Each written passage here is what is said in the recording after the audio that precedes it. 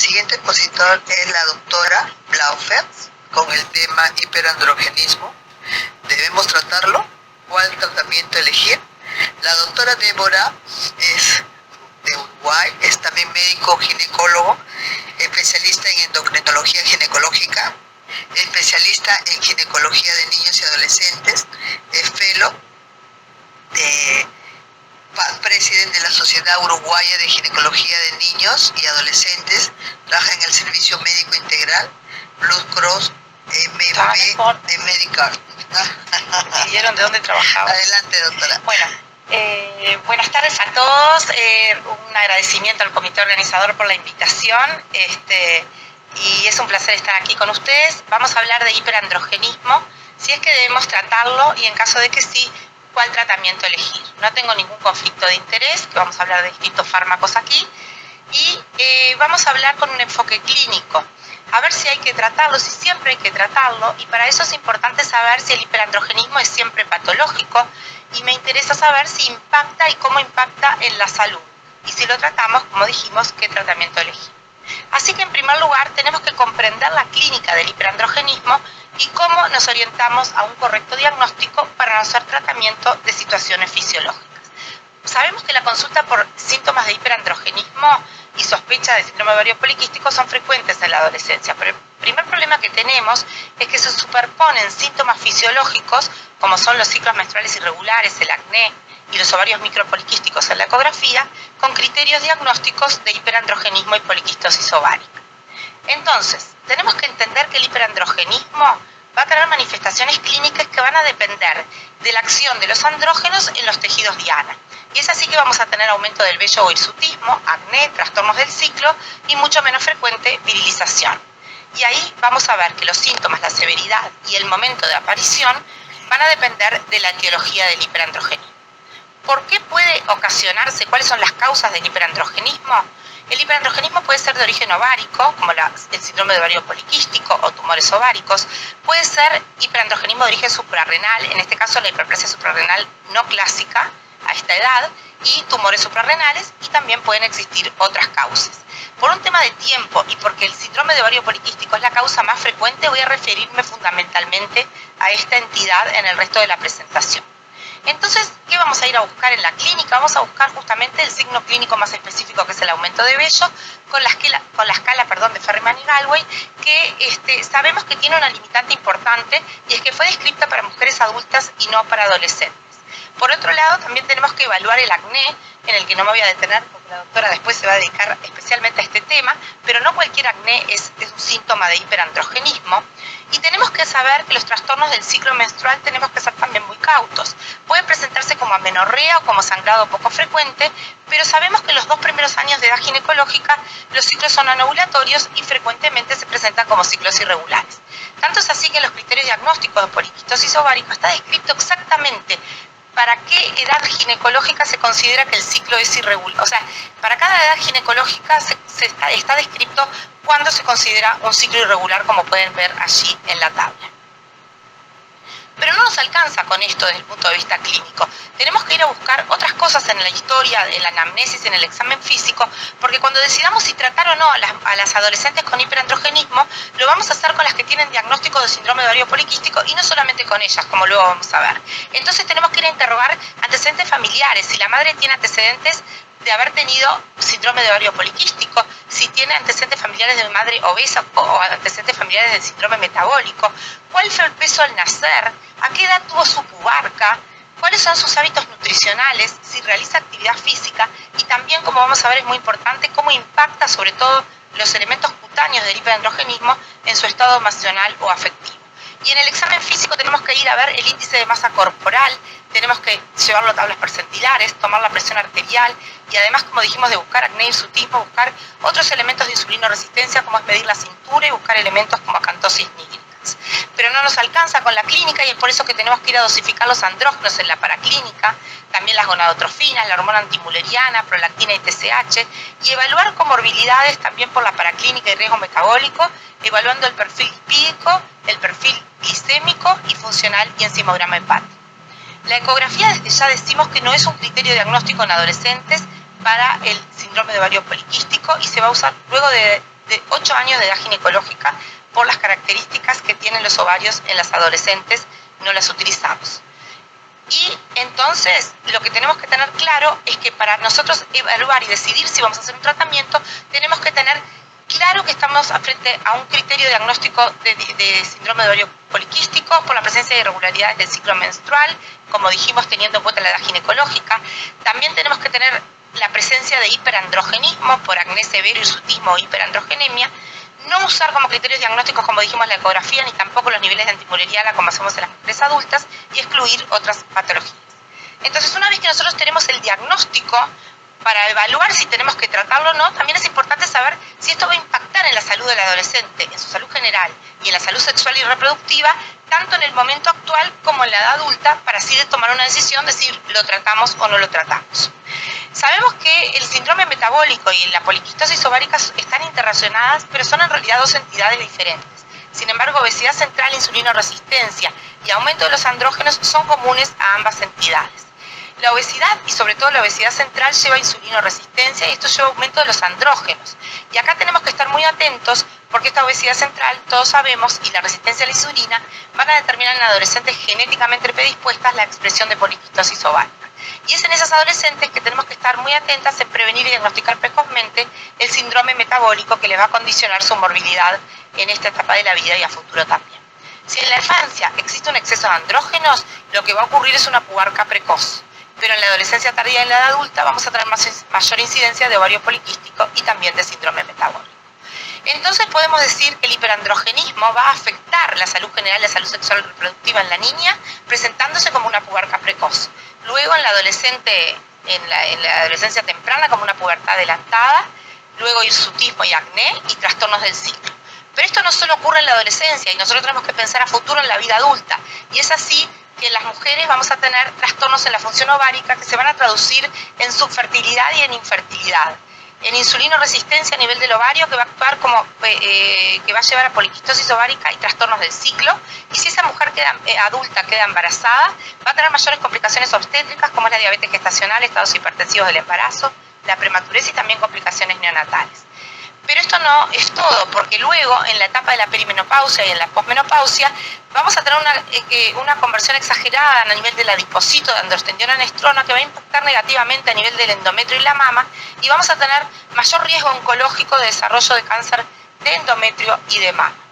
Haciendo un poco un resumen en lo que va a pasar en la vida de la mujer, en la etapa intrauterina vamos a tener mayor incidencia de restricción de crecimiento intrauterino, que en la niña va a desarrollar mayor aumento de la grasa visceral y eso va a determinar en la niña, un catch-up acelerado y un hiperinsulinismo, eso en la neonata. En la niña, una pubarca precoz, como dijimos, y un aumento de la grasa visceral, con una pubertad adelantada, luego una poliquistosis ovárica, una infertilidad, complicaciones obstétricas y en la perimenopausia, aumento del riesgo metabólico de las enfermedades como diabetes y enfermedades cardiovasculares, así como también el aumento de cáncer genitomamario.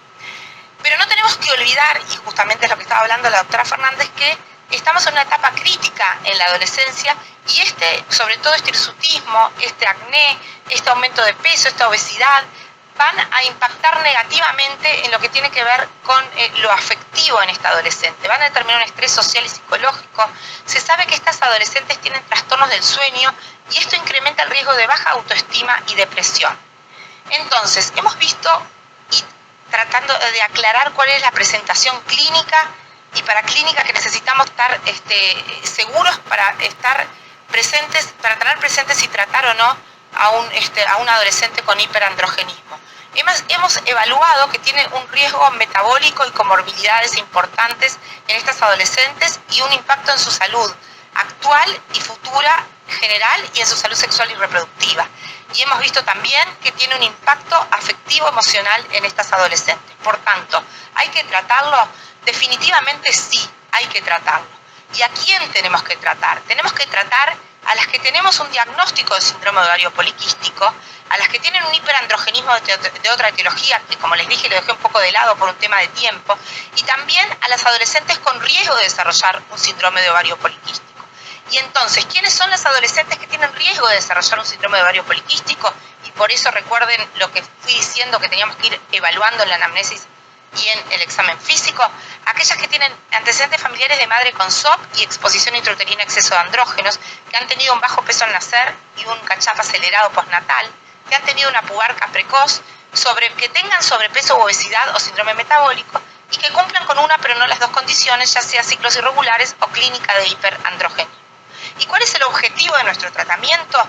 El objetivo es estético para mejorar lo afectivo, lo psicológico, pero sobre todo el objetivo es mejorar la salud general y la salud sexual y reproductiva, tanto en esa adolescente como en su vida futura. Y por eso tenemos distintas alternativas terapéuticas en las adolescentes con hiperandrogenismo, sin deseos de fertilidad, que son la mayoría de las adolescentes que nosotros vemos, que están dados por, tenemos herramientas no farmacológicas y farmacológicas. Sin duda las no farmacológicas son las más importantes, pero a veces tenemos que sumar estas herramientas para ir por este camino que es largo y que no es tan sencillo. Las no farmacológicas hablamos de alimentación saludable y tratar sobrepeso y obesidad, y también combatir el sedentarismo fomentando la actividad física.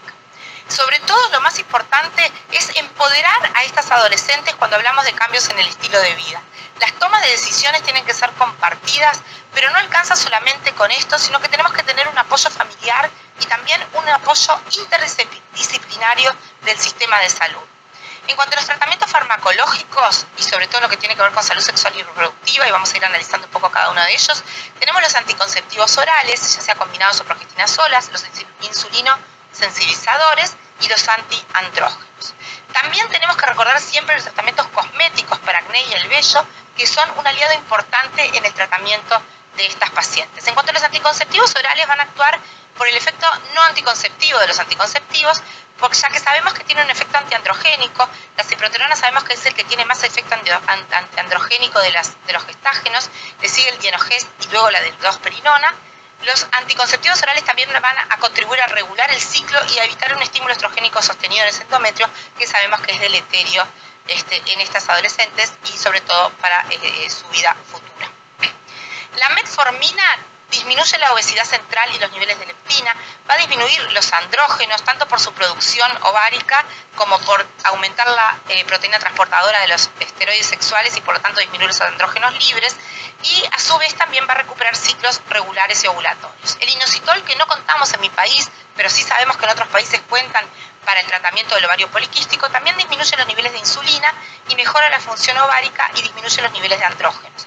En realidad, la literatura más reciente sugiere que el mioinositol y el dequiroinositol y su combinación son una estrategia terapéutica para manejar estos aspectos metabólicos, hormonales y reproductivos. También tenemos los antiandrógenos, que sabemos que son teratogénicos y por eso siempre es importante asociar los anticonceptivos.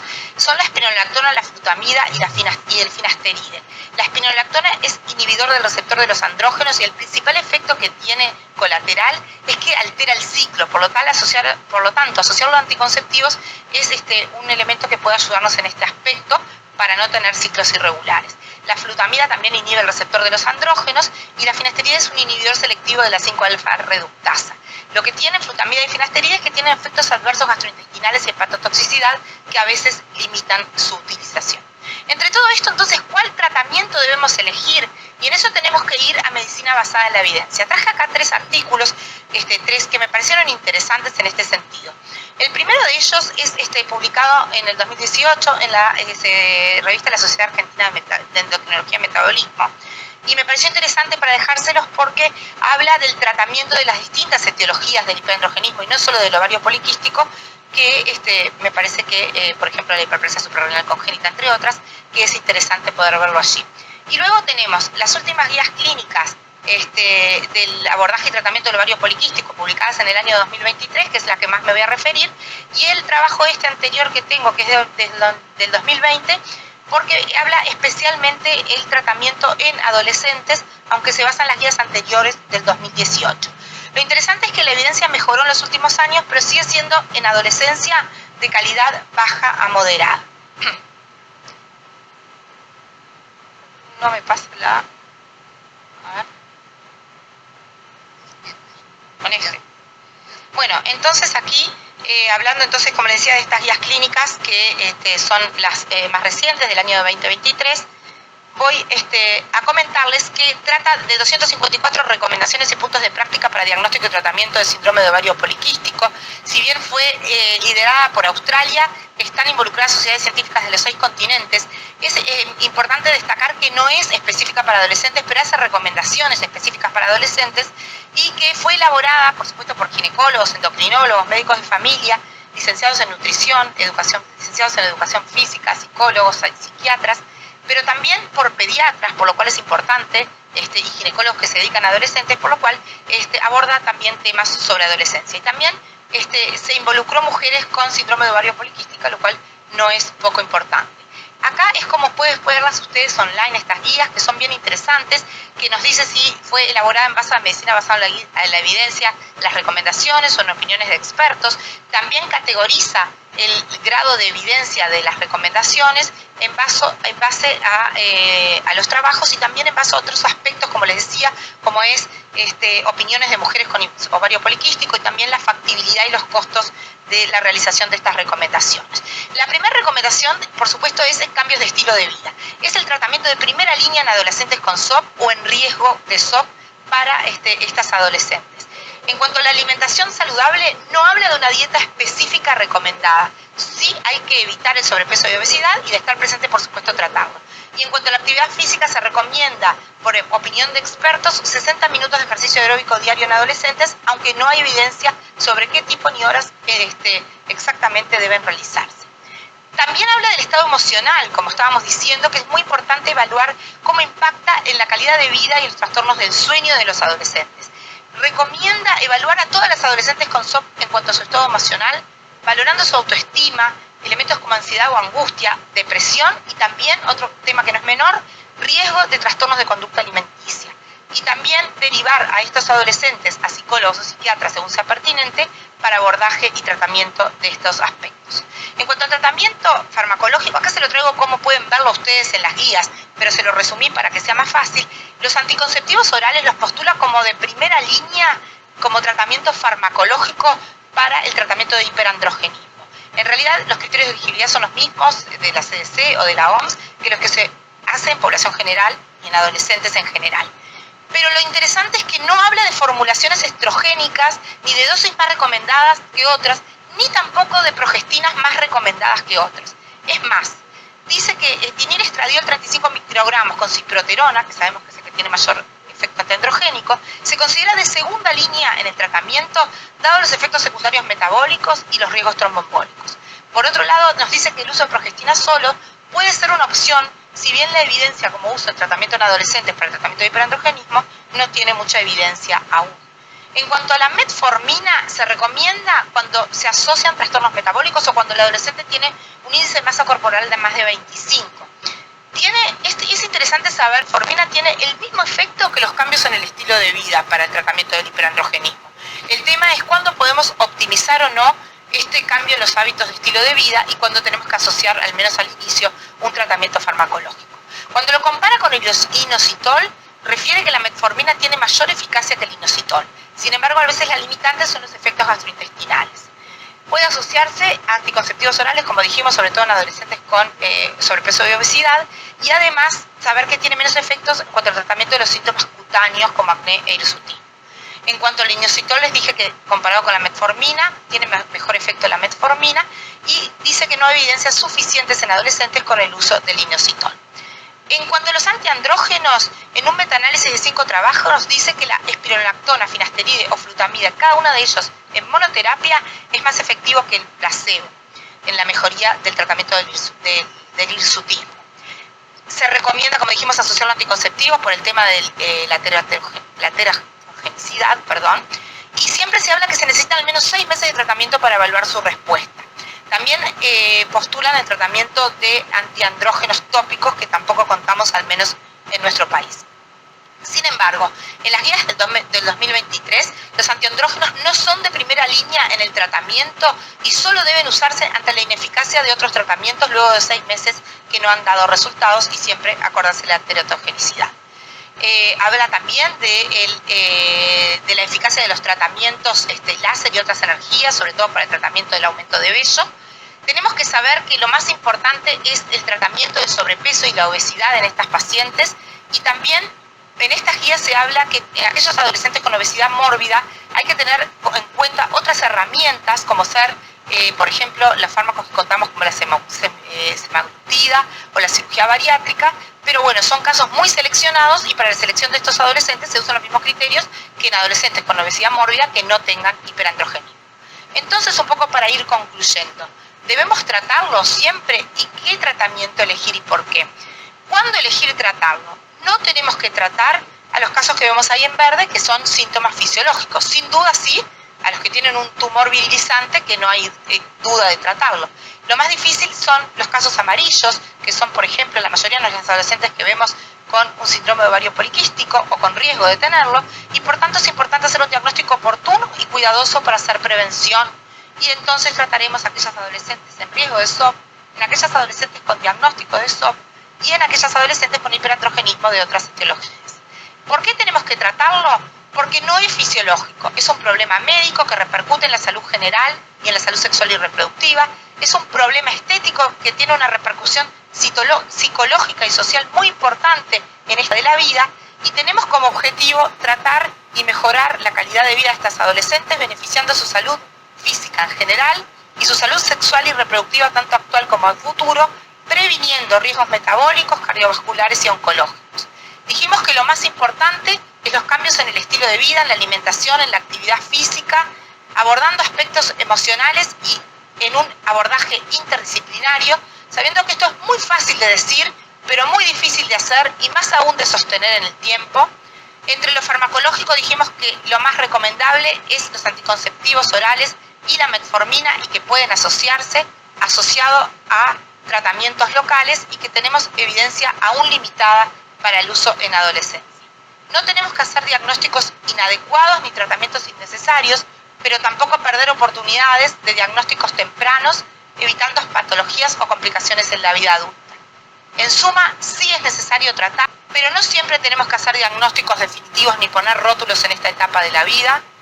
No olvidar cómo afecta la calidad de vida de estas adolescentes, y un concepto importante es recordar acompañar a estas adolescentes con hiperandrogenismo en la transición con el equipo de salud adulta, porque este hiperandrogenismo y todas sus consecuencias van a continuar en la vida adulta y no podemos dejarlas abandonadas.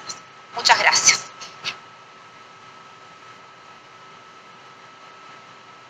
Gracias, doctora Débora Lauters. Gracias, doctora.